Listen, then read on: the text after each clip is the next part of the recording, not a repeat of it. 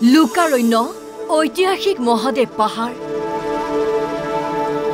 আজি নামনি অসমত পাহাৰ বগোৱা পৰম্পৰা, পাহাৰ বগাই মন্দিৰৰ শিখৰত ভক্তৰ পূজা অৰ্চনা।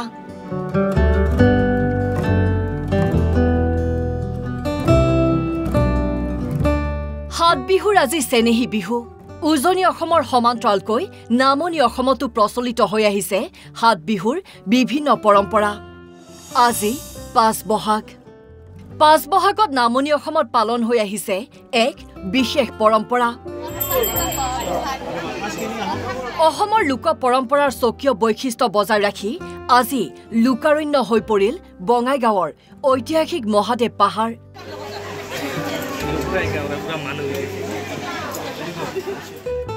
পুৱাৰে পৰা পূজা অৰ্চনা কৰিবলৈ পাহাৰ বগাই মন্দিৰত উপস্থিত হ'ল ভক্তগণ।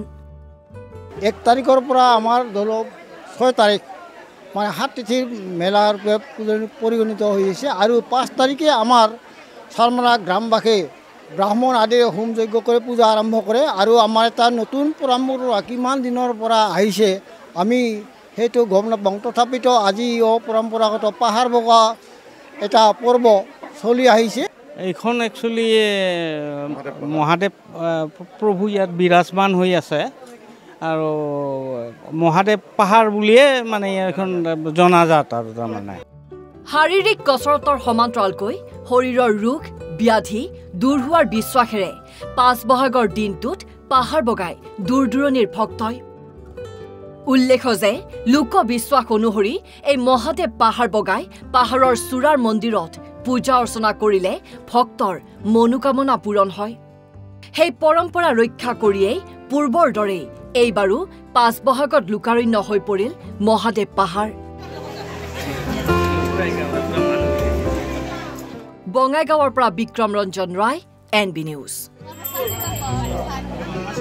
1 তাৰিখৰ পৰা আমাৰ ধৰক 6 তাৰিখ মানে 7 তিথিৰ মেলাৰ পৰিগণিত হৈ আছে আৰু 5 তাৰিখে আমাৰ চালমাৰা গ্ৰামবাসী ব্ৰাহ্মণ আদি হোম যজ্ঞ কৰি পূজা আৰম্ভ কৰে আৰু আমাৰ এটা নতুন পৰম্পৰা কিমান দিনৰ পৰা আহিছে আমি সেইটো গম নাপাওঁ। তথাপিতো আজি পৰম্পৰাগত পাহাৰ বগা এটা পৰ্ব চলি আহিছে। এইখন একচুৱেলি মহাদেৱ প্ৰভু ইয়াত বিৰাজমান হৈ আছে আৰু মহাদেৱ পাহাৰ বুলিয়ে মানে এখন জনাজাত আৰু তাৰমানে।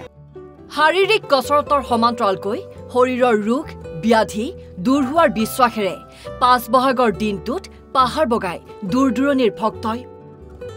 উল্লেখ যে লোকবিশ্বাস অনুসৰি এই মহাদেৱ পাহাৰ বগাই পাহাৰৰ চূড়াৰ মন্দিৰত পূজা অৰ্চনা কৰিলে ভক্তৰ মনোকামনা পূৰণ হয়। সেই পৰম্পৰা ৰক্ষা কৰিয়েই পূৰ্বৰ দৰেই এইবাৰো পাঁচ বহাগত লুকাৰণ্য হৈ পৰিল মহাদেৱ পাহাৰ। বঙাইগাঁৱৰ পৰা বিক্ৰম ৰঞ্জন ৰায়, NB নিউজ।